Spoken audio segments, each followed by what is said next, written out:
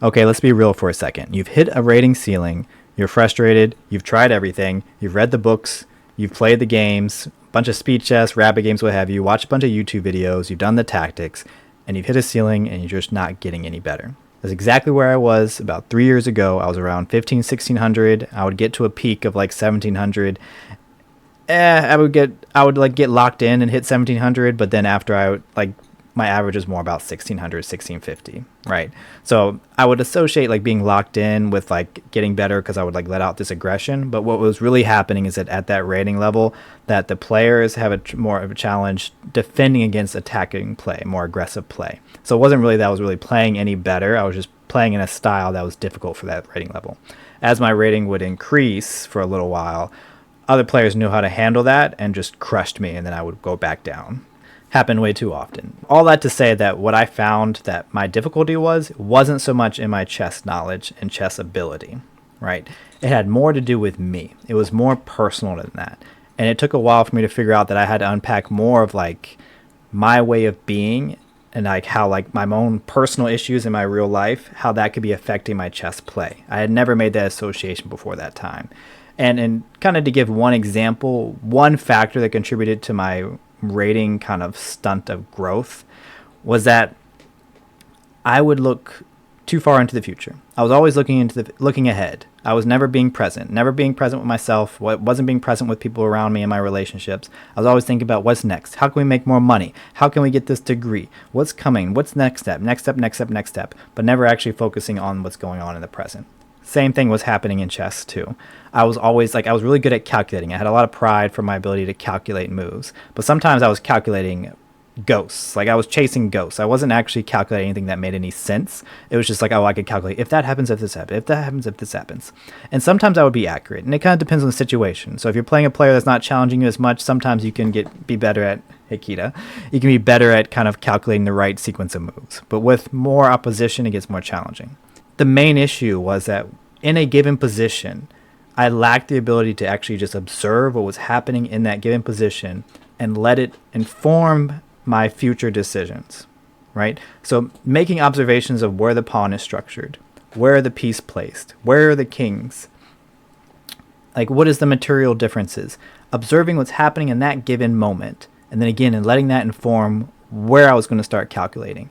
Right? Because you can't calculate everything, right? You have to kind of be able to justify where you're focused, and because otherwise your time will run out trying to calculate every sequence of moves, right? And that's part of what my burden was too. I would try to attempt to calculate everything, and then I would start to like burn out. I would stop being able to think and to function, and I would get frustrated, and that would just make me want to kind of rage quit and try to play again. And I would jump to speed chess and kept playing over and over and over again, just hoping that, if I just kind of fixate and hyper focus that I'll get better. It just doesn't work that way. I had to look inward. I had to do that work to actually be able to be more present with myself.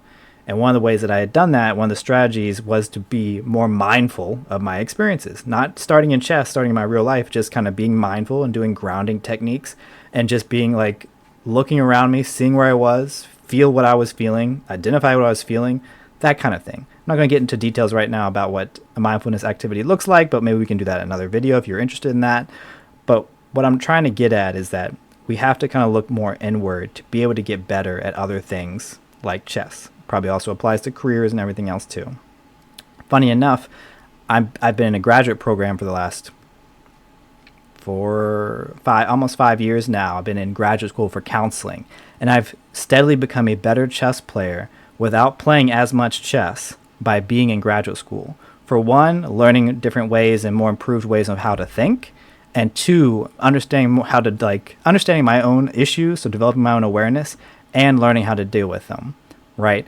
All that coming from being in graduate school, especially in a graduate counseling program, has helped me become a better player. Right? Hello, Kita. I'll let you out in a minute. Just a minute. Okay, for now, what I want you to do is share your current rating, whether on Lead Chess, chess.com, USCF, whatever you want to use. Share one of your main strengths, something you take a lot of pride in your strengths.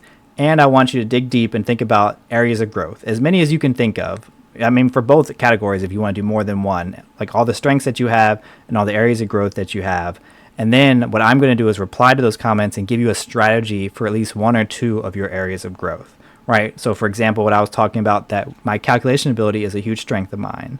One of my areas of growth was not being able to be present and observing the situation. But you could add to that, I didn't know what to think about that I was observing. Like, am I just looking at where the pieces are? What am I actually focusing on?